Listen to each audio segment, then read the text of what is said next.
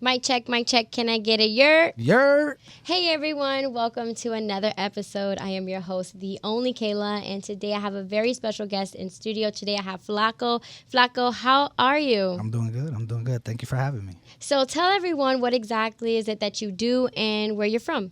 I'm a producer, engineer, and artist, and I'm from Santurce, Puerto Rico. Ooh, you know me, I always gotta shout out my fellow Boricuas. That's right. So tell everyone how you transitioned from Puerto Rico, because you were born and raised in Santurce, and then when you transitioned here to Atlanta. It was about 1998, I came to Atlanta, to Jimmy Carter area, Gwinnett. And I transitioned at that age, just family moving. You know, we made it. It's our first time out here. I was in New York in '96 for a year, but we've made the move to move to Atlanta.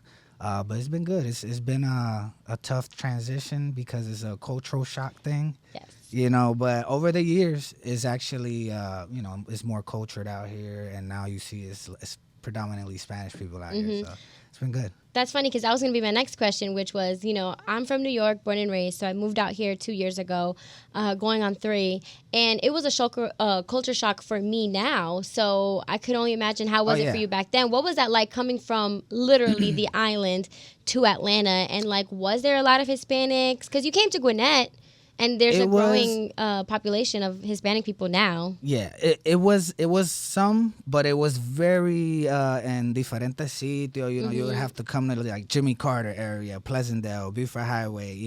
Those were the areas where mostly Hispanics. Unless you would go a little bit outside in past the suburbs. But now, I mean, with the time, it's grown out everywhere. I mean, you see a Spanish person, there's Spanish restaurants everywhere. So it's very, very different. But it's definitely grown a lot. It was tough, going to school with very little Spanish, or at least even Puerto Rican. Because ahora los boricos están aquí más metidos que antes, pero back in the days, it was only like maybe 3-4 kids per school, or maybe one kid per class. Ahora, they're kind of everywhere. We're all everywhere. We have actually grown as a community. Yeah, and I have seen a spike in Puerto Ricans, not just coming to Atlanta, but coming straight from the island to Atlanta. There's a lot of people coming straight from Puerto Rico out here, so I think that's pretty dope. Yeah, definitely. I mean, it was big too in '96 to '98. I have best friends that were here before I came. And it was like a big wave of Puerto Ricans that did come to Georgia specifically too. So we've been kind of out here. So you mentioned you are a producer, an engineer, and an artist. Tell me when you decided that you wanted to kind of pursue those 3, and how did it all kind of fall into place? Well, honestly, I started at the age of 15 producing. Le robé la computadora a mami, le instalé el Fruity Loop, and I started working on it. That's when I met one of my good friends, best friends from back in the days, who I did music with, Jonah, and I started producing for him. He gave me the opportunity to produce. My beats weren't nowhere near good, but, he gave me the opportunity to just work towards it and get better. And then from there on, I used to freestyle a lot with, my cousins, my cousin D. We used to freestyle a lot at his house, so that's when I kind of started getting into not just making the music, but performing, lyrics, rapping. I started in English, as you can see, I speak predominantly English. Pero empecé a esa edad a hacer pistas, a freestylear, y poco a poco, ya a los 18, 19, empecé a meterme más serio. I was a part of a couple duos in production. One of my boys, Yamna, and then Seago from back in the days. He was an artist. Me and him were a duo. And then, so I kind of experimented different things. And then growing up, and I didn't take it serious until I got with Jonah. Y ahí fue cuando nos montamos juntos, empezamos. Ya para ese tiempo yo estaba produciendo más. Pero poco a poco, it started with just production. Then I wanted to kind of do the music, like the lyrics and write. And then now I'm kind of, overseeing it all, for Los Bravos. And I'm pretty much handling a lot of the production, engineering, and I help the artists with whatever they need as far as musically. So. Well, that's amazing because I feel like you're part of the best of both worlds, right? You're an artist, but then you also are on the production and engineering side. So, it's cool that you can get into a studio and do everything yourself. Yeah, definitely. Who are some people that you've done records for, whether you might have produced or engineered on a record? Oh man, a lot. Well, locally, out there, I haven't placed anything that actually got released. I did get some placements and stuff. Pero out here, le he producido mucho a Buba, de Buba y Morgan. Buba y Morgan as a duo. Another artist, let's see, I've produced and engineered for La Cueva Inc., which is another group of artists that, they're out here right now and doing their thing. Hanks, MC Flaco, more recently. Y claro, para los artistas lo que es Jay, Pumita, Lyricist, and Lysion, que son parte de los Bravos PKM PMG. So, I've been working for a minute low key. I don't, I don't be out there, pero yo siempre me meto casi con todos los artistas bien. So, yeah, that's amazing. Yeah, most definitely. What would you say you're more passionate about now, being an artist or being on the production side? I still like being an artist porque a mí me encanta montarme en tarima, cantar, expresarme. I think I've grown to love more the production and the engineering because it helps me connect with other artists. I've been doing this for a minute. So, it's a couple different generations that have came out of Atlanta since I started that I've been a part of, luckily, because they allow me, they give me the opportunity. So I think I've learned to grow more of a passion into being involved behind the scenes, you know what I'm saying? Producing, engineering. But of course, I do love the stage. But ultimately, yes, I do like production engineering more. Pero estamos aquí como quiera partista, so it's okay. So talk to me about the record Crazy, which was produced by the legendary DJ Nelson. How did that come to be? Man, so a lot of that had to do with a good friend of mine. So he's a producer and he's also entrepreneur for right-hand man for DJ Nelson. His name is Nopi. Me and him known each other since back in the days when he was doing a lot of DJing stuff, and he approached me about doing music and working with me. He heard my music. He knew I can songwrite, I can produce. So nos metimos en el estudio y empezamos a cocinar un par de temas.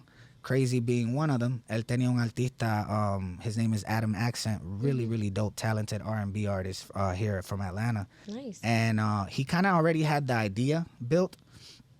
Y él quería que yo me montara con un verso en español porque es un EDM, kind of like, I want to call it like a moonbaton. It's kind of the feeling you get from it.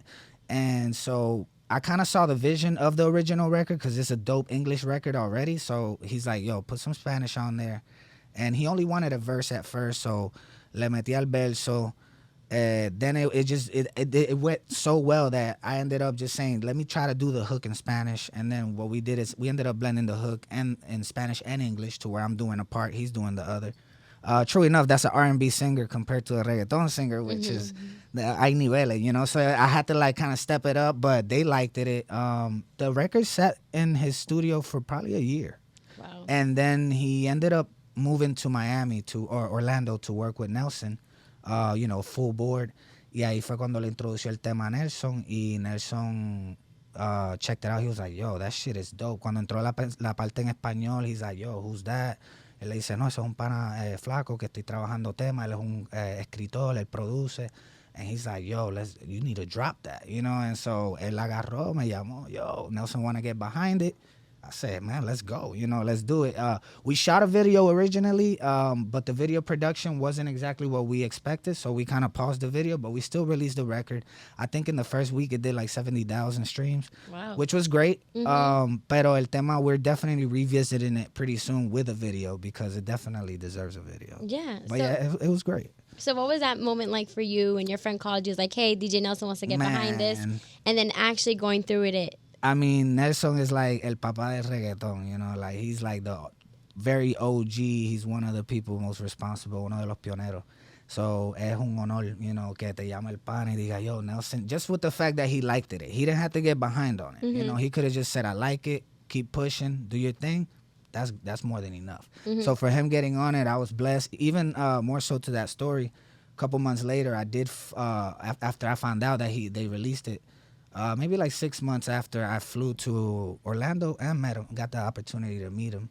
And I was there for like a week. I worked in their studio, did a couple things for Nopi. And he was around. I mean, I wasn't like, oh, bro, I definitely paid him my respects because I respect that guy so much, especially as a producer, me being a producer. But it was amazing. It was like a dream come true. Yeah. Now I can imagine. So you've been in the game for a long time. You Yes. know, you've shared the stage with legends, with a lot of different artists, and also being from Puerto Rico. How would you say reggaeton has changed from then to now, and even just creating a reggaeton record? I think it's gotten easier in the sense of because the production now is so easier to attain. You know, you got programs like Splice, Arcade that help you with producing if you're not up to par on production. But I think the sound and the essence, it's almost like, I don't know if you remember the Wisin y Yandel era when they dropped that real futuristic sound. Yes. And it just changed reggaeton so bad. But what happened after that? It went right back to the original blueprint. So I think it's no matter what, 10 years can pass, 20 years, it's going to constantly do that. And it's because the good thing about reggaeton is that it's able to transform into any genre because of the tumpa tumpa or the actual drum that goes behind it that identifies it as reggaeton. But I think it's done great. I think the fact that reggaeton has reached the American market so hard within this past year or two, I think that tells you a lot, that it's almost like a virus. It's only going to continue spreading. I mean, we done, reggaeton done went already to where you got DJ Snake, Diplo, all these big, EDM DJs playing it, to where, I mean, I think that's why I say it's easier now for anybody that wants to get into it. The only thing, of course, it takes work and dedication and consistency. But I think it's been great. I think it's good that it's expanded the way it's expanded, because it's given opportunity to other artists that maybe if they didn't like doing this type of reggaeton, they can still do this type. And I think that just keeps it even for everybody to be able to get a piece of the pie, in other words. Yeah, no, I think now the route it's going is like you said, that EDM, like you see with Pepas and Faruco's other song. We're seeing a lot of like EDM type techno beats, which is cool because it's something that you don't see in reggaeton. But like you said, everyone gets a piece of the pie, and being able to like dabble in different types of sounds. And it helps you be more. It helps it be more universal. So it's actually becoming, if not just as big as hip hop, bigger. Like in the sense of sound and people accepting it. Now, who has been your favorite artist you've had the opportunity to share a stage with? Man, I'll be honest. I can't name anybody big because I haven't shared on stage with them, but I've opened up shout out to the local people. Yeah, That's what but definitely, as far as local artists, man, of course, the guys that I work with, Ye, Bumita, lyricist, Lision recently, who's one of the newest artists that came into our our camp and shared the stage one time recently, But besides them, man, I have a ball when I do shows with guys like MG. I've shared the stage with MG even before MG was MG. When he was with Bua and Morgan, I shared the stage with them too. Those are people that I've enjoyed myself with. Also La Cueva, those are very close people. Lo que es Bua, Morgan, La Cueva, todo ese corillo de my Dominicans, pretty much. But all of them, even Hanks. I performed with Hanks and MC Flaco at another show before, and that was dope. It's always good vibes. I think that a lot of people have the perception of the Movimiento de Atlanta being somewhat negative because there's some egos here and there, but I think that the crazy thing is that what I've realized is every time we're at a concert and it's a group of us, whether we all hang out every day or no, it's so much love. You could tell everybody's just like goes up to each other. How you been? What you been up to? What are you working on? So I think sharing the stage with them has always been a great thing for me. I haven't had any bad experiences with anybody. But I do enjoy it. I think it's going to keep growing, and I definitely look forward to doing more of that. Tell me about what was it like to produce, mix, and master a song for Benny Benny? Man, that was cool. That was cool because I didn't expect, I'm a big fan of Freestyle Mania. I know a lot of huge artists that have come out of that, John Z, Dalkiel, I can name them all, Mickey Woods, everybody. But the fact that, it was a lyricist's idea to do a reggaeton with something maleantoso, pero que sea más como que tú puedas bailarlo en la discoteca. And so he kind of came up with that concept of let's try to present this to Benny Benny. We got in the studio. Shout outs to Thousand. He's one of my really close producer friends that I'm working with right now. Y yo le pedí a él, mira, tienes una base maleantosa que tengas por ahí guardada. Y él me dijo, sí, hacho, yo tengo flow esto, el father, flow esto, flow aquello. Y me mandó la pista y esa me gustó. We did like 3. We did 2 or 3. And then we selected one. Se la mandamos immediately. Benny's manager and his people replied, yo, that shit is dope. The hook is dope. The intro's dope. Y nos tiró para atrás. We locked it in. And it didn't hit me because I'm just kind of on work mode, making sure I make sure to do the deadlines, make sure I'm not behind on anything. Pero ya cuando el tema estaba hecho, para el tiempo del video, yo estaba out of town working. And so I couldn't be a part of the video. I missed out. But even Benny came here, performed here, and did the video with lyricists. Excuse me. And so I missed that, but it still didn't hit me. It wasn't until the video got released, Benny reposted it, and I'm just seeing like, the numbers moving. I looked at the final product. I was like, okay. You know what I'm saying? We shot it at Believe, which is one of the clubs that has been offering us a lot of opportunities to get on stage. So it just felt good. It felt like it all kind of came in full circle, and the feedback from Benny was dope. The feedback from the people was dope. My lyricist performed it not long ago, or maybe a couple months back, and even seeing the footage, because I wasn't there for the show either, unfortunately. But the people were singing along with it, and they kind of knew some of it. So it's like it goes to show that they're paying attention. But it was great. It was a great experience. It's almost like me meeting Nelson. It's like working a record for Benny, who's one of the most known like lyrical rap, who writes for Yankee and all these other artists. So it was dope. It was definitely dope. Who would you say would be your dream collab? Man, as far as artists or producers? For both. That you would like to probably hop on a record with, and then the other one would be who would be your dream collab to like produce a record for? Man, to produce, I would honestly, just because I've slightly met him at a glance. He seems like such a humble cat, and he's cool people's one people's is Jay Wheeler. I would love to produce a record for him. And then as far as collab as an artist, man, I have a lot of artists I like that are really dope. But one of my favorites would be Arcángel. Arcángel? Yeah, that would be dope. He's very versatile. I do the singing and rapping and the rap and the singing. So I feel like we would do something really dope on the record. So as we wrap this up, my next question is for those who are watching and maybe thinking, hey, I got a record I want to do, or, I got a song I may want you to hop on. Tell everyone why you feel like you would be perfect to get on a hook, produce a song, mix and master a song. What makes you so special? Well, I'll tell you, I'll put it like this. One thing that has made me stand out more than the typical producer, I'm not famous. Not many people know me. Only those that know around Gwinnett, local area, know who I am. But a lot of the reasons I feel like people come to me is because I'm not that type of producer or person that's going to say, hey, I charge $50 an hour, and when you get to my house, I just press record. And when you ask me, yo, is that good? I say, yeah, that's good. And then just keep recording. I'm not that type of guy. I get involved. First of all, I like to, and any other artist in Atlanta, local, or anybody that has worked with me or been to my studios, they know that I don't even jump into doing music with you without having a conversation with you to ask you, what are you trying to do? What's your goal? What's your outcome? What are you expecting?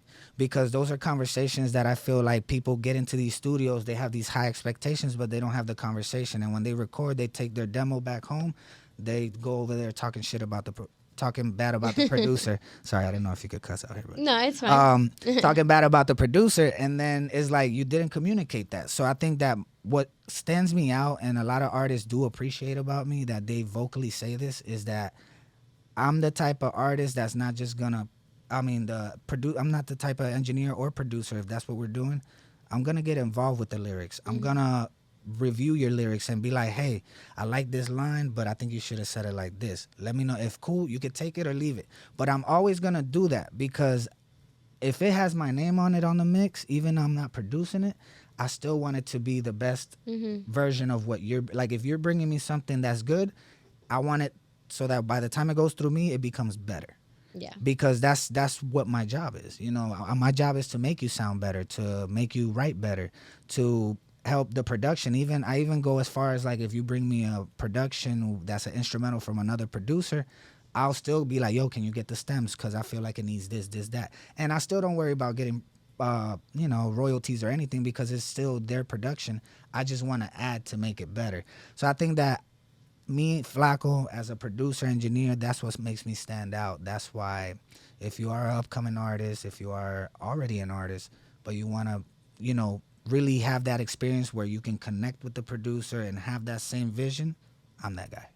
Well, thank you so much, Flaco, for stopping by. Lastly, tell everyone where they can find you and what you have coming up next. You can find me at in social media. It's Flaco, ITSFLAK with 3 O's. That's ITSFLAKOOO.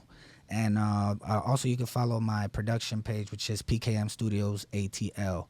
But what's coming up next is we have a couple.